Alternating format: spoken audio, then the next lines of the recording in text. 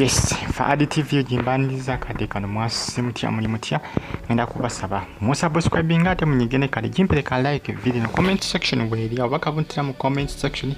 ate osigalinga on following abantu mugwange lya America mbatubireko Saudi Arabia nabasinziza e Bahrain abasinziza mugwanga elya Oman mbagamba ati muli bamanyo kubanga mugi following ensonga za Kasumba Juma munange zimo kubanga zitambula mpola ku social media kitegerekese ndi sawa nagena kuba akolaki atwalibwa mu kooti ndoza mu kooti bajja kubanga basinzira okolaki okubanga bamuwa ekibonezo ekyenkomedi niwankubadde mu kusooka bali bamubika nti afudde ne Kasumba akyaliyo mulamu nenga maama we yeye kyali afaali ayagala atisco police e Saudi Arabia ekwatagane embassy e Saudi Arabia eri mu Uganda bakoleki babeko kibamuwa bamukoma bamuwe obukakafu bakwate mutabali we ka video okumukakasa nti mulamu ne information etambula eraga nti Kasumba gyali mulamu wabula bana bamulese mu kooti bagenda kumuwa kibonerezo ki kubanga ebibonerezo binene basuubira bigenda kuba bibonerezo bikakkali nga mmanyi nammwe omusango gyenjaga mu ggwanga erya Saudi Arabia kabakalabba nankubadde akyali mulamu naye ebibonerezo bakola ki bibasongako era ebibonerezo ebikakkali asuubira kubanga akola ki atwalibwa mu kooti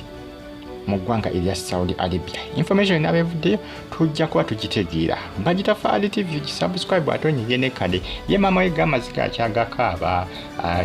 agamba lwaki omwana we teyamugamba ku kyali agenda okola ki kyali agenda okola. Kasumba Juma yakola ebintu bino byonna mu silent mu nkukutu nga tagala family ye kole ki etegere era n'okuva ewaka okugenda okulagana n'oli abamuteekamu enjaga mu lubuto family yagigamba ko nti oba anyamuteekateeka zikira mu ggwanga erya Saudi Arabia pe tibakimanyako wadde n'akamu olw'ensonga nti yakolanga mu taxi musajja mukulu Kasumba bwe yali ava ewaka tebaamanya maama yaddamu okutegeera ng'omutabani ya Saudi Arabia ate yagenda okulya nti tebagenda kumutta nti tebaamukutte n'enjaga kyamukuba wala kubanga ye maama agamba teyamanyako omwana kyali agenda kukola ki kyali agenda kukola nokubadde abasinga bagamba nti abafamily balayika bamanyi Kasumba kyali agenda okukola ne maama agamba teyakimanyako kuba yagamba singa yakimanyako nti bino byali agenda okukola teyali muganyiza kukola ki kugenda era ndowooza ensonga lwaki Kasumba teyakola ki teyagamba maama we ebintu byo bikyatabukabuta agenda kuba aleetebwa mu kooti wali Saudi Arabia essaawa yonna ndowooza bajja kuba bamu ekibonerezo ekyenkomeredde naye ngera ebibonerezo bibiri Maisa nakalabba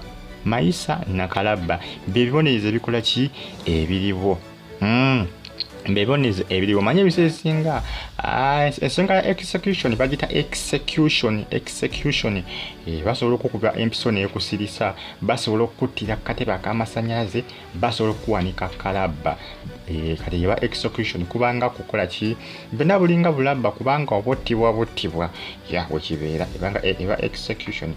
Subscribe atonyigene kade stay on YouTube platform bagita Faadi TV limwe nambebaza era mbagamba nti muli batabu nyonyo okubanga mugi following ensonga za Kasumba munange bibitambatambula kadde kano agenda kuba akola ki atwalibwa mu kooti wali Saudi Arabia mu kibuga Riyadh agenda kuba akola ki atwalibwa mu kooti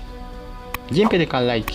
ate osigalenga on following maama yabadde mu nteekateeka z'olekera Saudi Arabia ng'ayagala genda akole ki ayabe ekigenda mu maaso yadagala kolagana embassy e Saudi Arabia bamuyambeko akole ki agende mu Saudi Arabia ayabe mutabani we akakasa confirming nti oba akyali mulamu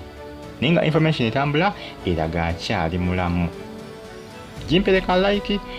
mbaganye munasigala nga ofollowing updates mbana ziba zitambatambula subscribe atonyigene kale mbere bulungi mwelaba.